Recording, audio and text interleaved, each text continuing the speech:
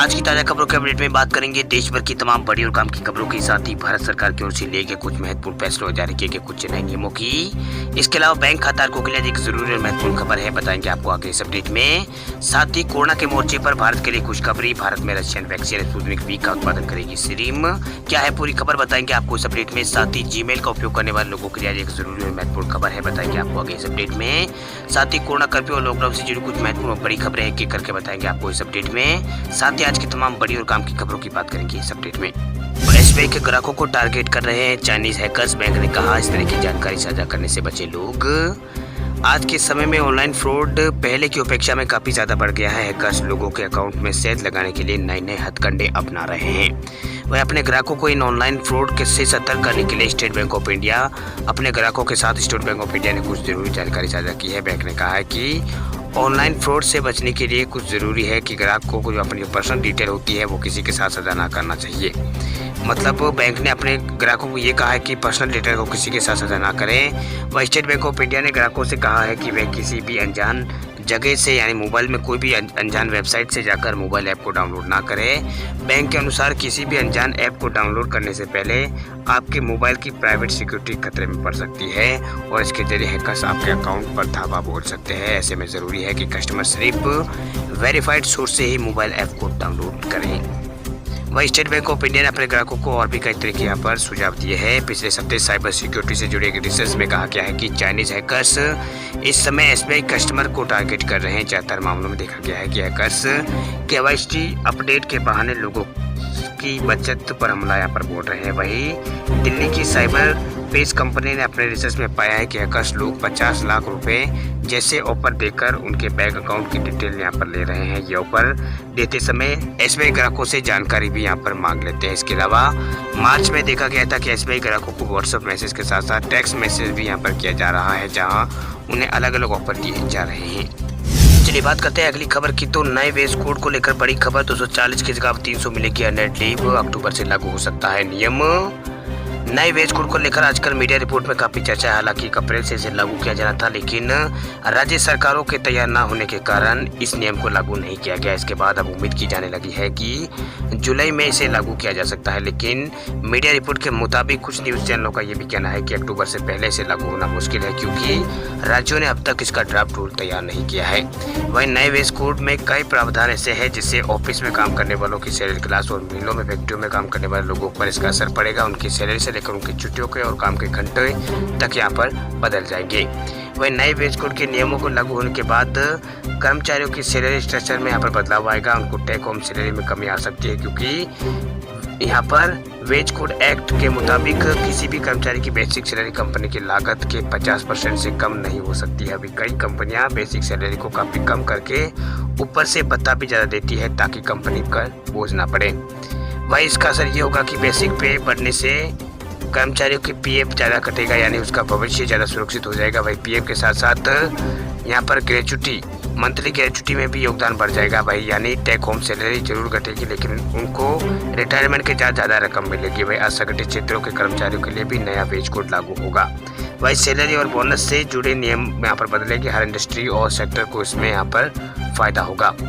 इसके अलावा कर्मचारियों को अर्जित अवकाश यानी अनएड लीव छुट्टियाँ भी यहाँ पर बढ़कर 30 हो जाएगी। बीते दिनों लेबर कोड में नियमों को बदलाव करके श्रम मंत्रालय ने लेबर यूनियन, उद्योग जगत के प्रतिनिधियों के बीच कई प्रावधानों में चर्चा हुई थी, जिसमें कर्मचारियों के अर्नेट लीव 240 से बढ़ाकर 300 किए जाने की मांग हुई थी। हालांकि इस पर अभी कोई फिलहाल फैसला नहीं हुआ है। वही नई वेज कोड के बारे में कहा जा रहा है कि काम के घंटे बढ़कर 12 हो जाएंगे। हालांकि इस पर सरकार की तरफ से काफी पहले सफाई दी जा चुकी है। श्रम मंत्रालय और रोजगार मंत्रालय की ओर से बताया गया है कि प्रस्तावित लेबर कोड में कहा गया है कि हफ्ते में 48 घंटों के कामकाज का नियम ही लागू रहेगा। दरअसल कुछ यूनियनों ने 12 घंटे काम और 3 दिन की छुट्टी के नियमों पर सवाल उठाए थे। चलिए बात करते हैं अगली खबर की। तो महाराष्ट्र सरकार की इलेक्ट्रिक व्हीकल पॉलिसी जारी, वाहन खरीदने पर लोगों को मिलेंगे कई तरह के फायदे। महाराष्ट्र सरकार ने मंगलवार को नई इलेक्ट्रिक व्हीकल पॉलिसी जारी कर दी है। इस पॉलिसी को जारी करने के पीछे मकसद देश में बढ़ रहे प्रदूषण को कम कर वातावरण को शुद्ध करना है। वहीं महाराष्ट्र सरकार का लक्ष्य अपने शहरों में साल 2025 तक कम से कम 10% इलेक्ट्रिक वाहन लाना है।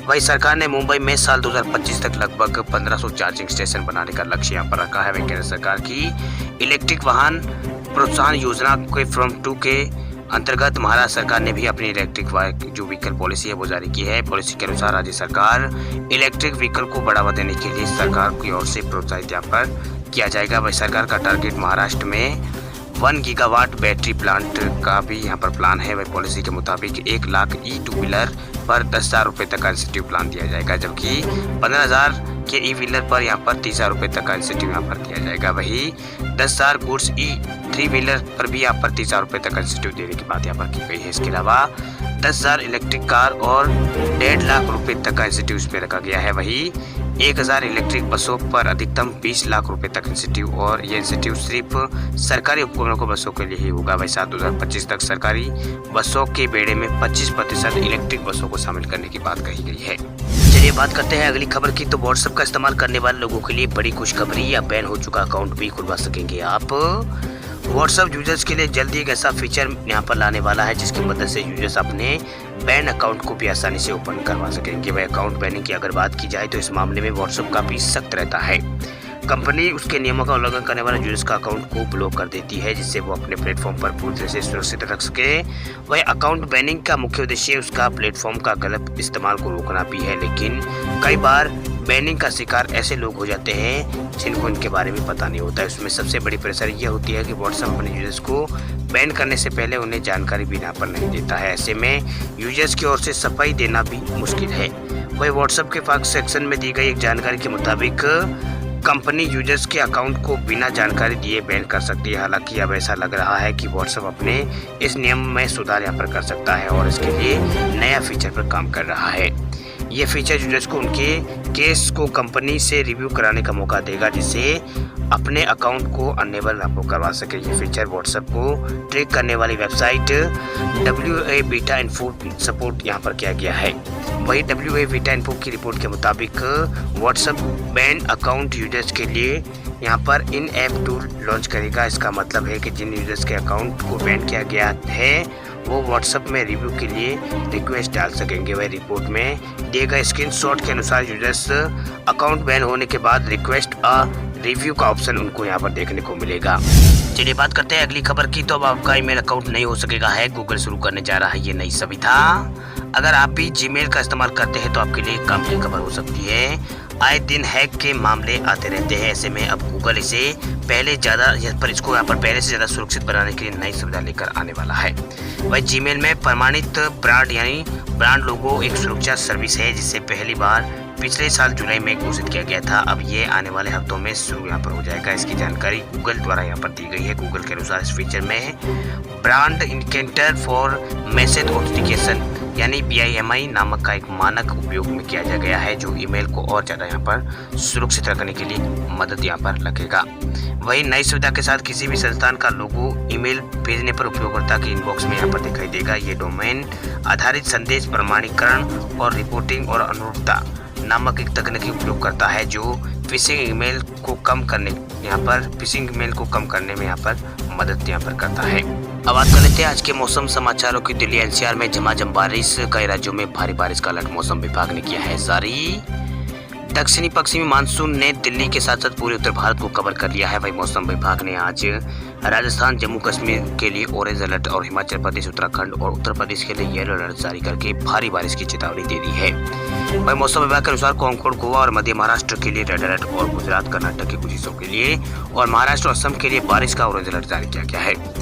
वही वेस्ट दिल्ली, सेंट्रल दिल्ली, नई दिल्ली और साउथ वेस्ट दिल्ली और साउथ ईस्ट दिल्ली और यहाँ पर इसके अलावा NCR और गुरुग्राम, फरीदाबाद, हिडन एयरपोर्ट और गाजियाबाद, नोएडा और ग्रेटर नोएडा, महेंद्रगढ़, सोहाना में भी झमाझम बारिश हुई है। वह मौसम विभाग ने हफ्ते भर के लिए दिल्ली में मौसम का पूर्वानुमान जारी कर दिया है। वही दिल्ली में आज और कल गरज चमक के साथ बारिश हो सकती है। वही 16 जुलाई के भी आसमान साफ रह सकता है। 17 जुलाई को फिर बारिश का दौर शुरू होगा। वही मौसम विभाग के अनुसार कोंकण, गोवा, मध्य महाराष्ट्र में रेड अलर्ट जारी किया गया है। गुजरात, कर्नाटक कुछ हिस्सों में, महाराष्ट्र और असम में ऑरेंज अलर्ट जारी किया गया है। मौसम विभाग ने मध्य प्रदेश और आंध्र प्रदेश, बिहार, झारखंड में और पश्चिम बंगाल के कुछ हिस्सों और केरल के लिए येलो अलर्ट जारी किया है। वही दक्षिणी पश्चिमी मानसून के यहाँ पर आगमन के बाद विभिन्न भागों में भारी बारिश हो रही है देश के।